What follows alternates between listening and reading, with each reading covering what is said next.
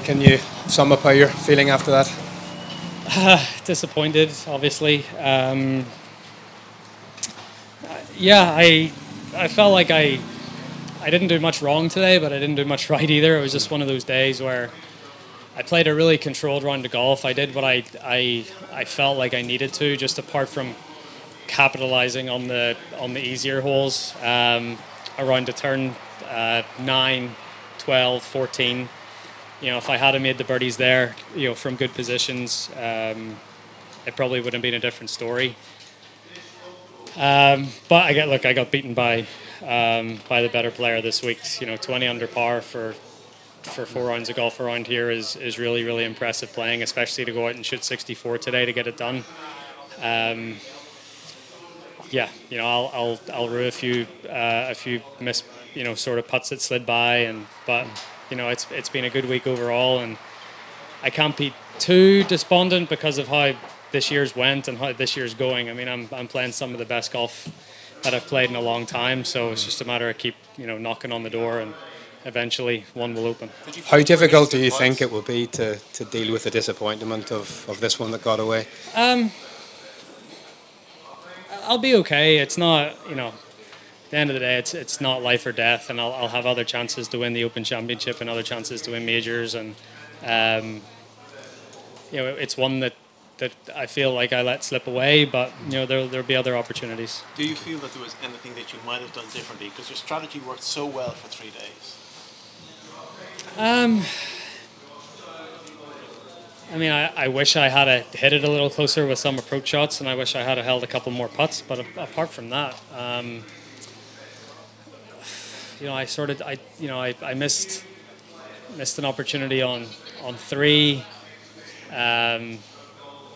You know, I guess I had sort of half looks on 6 and 9, and I mean, the putter just went a little cold today compared to the last 3 days. And the way you've progressed through the majors this summer, you now look like you've got a handle on how to deal with them and to deal with the situation of trying to win one. And the way you play today, it looks like you will win one again. I hope so. You know, I just got to keep putting myself in position, keep putting myself in there, and you know, whenever you put yourself in that, you know, in that shining light, you're going to have to deal with setbacks and deal with failures, and today is one of those times. But I just have to dust myself off and come again and keep working hard and keep believing. Did you feel like you were putting well and then not falling? Did that start getting your head a little bit as the round goes on? No, I mean, I tried to stay as patient as possible, and I kept hitting good putts. I hit a good putt on 13, 14, 15, 16, 17. I was hitting good putts. They just weren't dropping, and it's hard. Like there's a lot of putts today where, you know, I couldn't just trust myself to start it inside the hole. I was always starting it on the edge or just outside, thinking it was going to move, and you know, more times than not, they just sort of stayed there. You talked yesterday about wanting to stay in your own bubble today. How did you feel like you did that? I think I did a really good job of that. You know, I didn't. You know, I could see what Victor was doing alongside me, but I wasn't really concerned about what anyone else was doing. I was just doing my own thing, and it was working well until I needed to respond to what Cam was doing out there. Because coming down, you know, on 14, I knew that at that point Cam had birdied to go to 19, and I was at 18, so I knew that I needed to respond, and you know, I just couldn't find the shots or the putts to do that. Rory, did you notice any of the mayhem? Did you notice any of the mayhem out there with the fans spilling in behind the ropes and the police were involved? Did you pick up on any of that?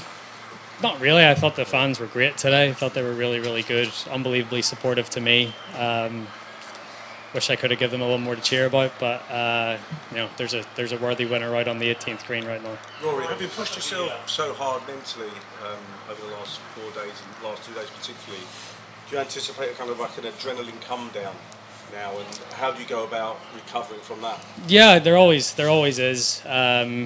After these weeks, especially when you've been in contention, and yeah, all of that sort of is happening. I've got 3 weeks off. I'm not going to play again until the first playoff event in Memphis, so I've got a bit of time to rest and recover and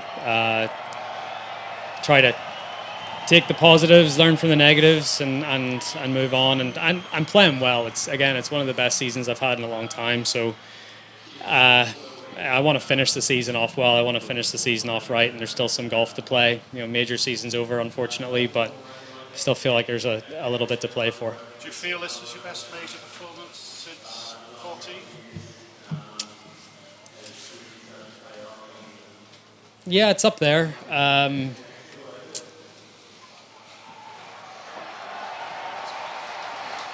don't know. I go back to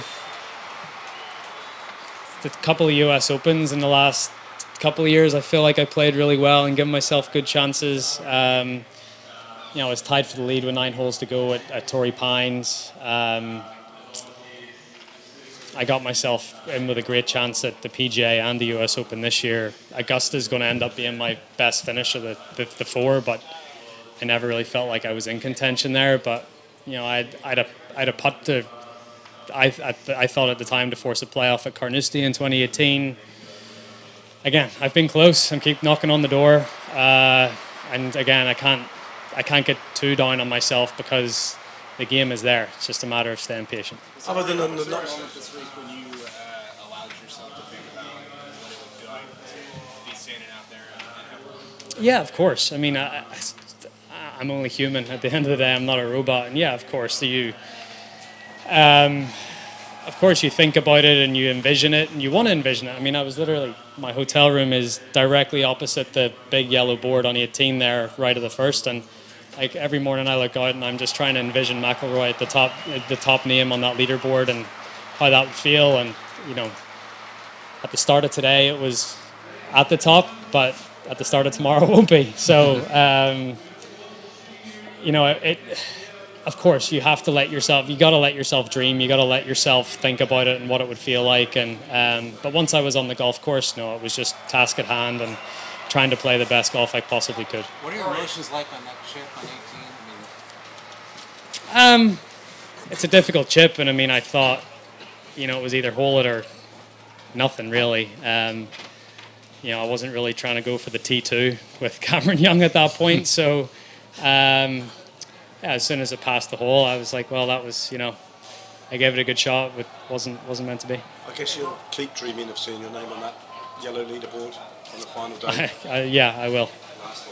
Rory, given how your form was so good at the European Amateur and to find how everybody in this place, fans-wise, wanted you to win this thing, how much pressure do you feel today in the last group, knowing all that? Not as much as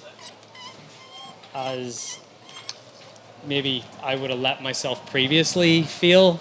I did a really good job this week of sort of really trying to control what I could control, and I certainly appreciated the support, and it was incredible to be cheered along all 72 holes, but I didn't let that put me under any more pressure. I'm trying to do it for me at the end of the day. Yes, it's great to get the support, but the happiest person in the world, if I won that claret jug, would have been me.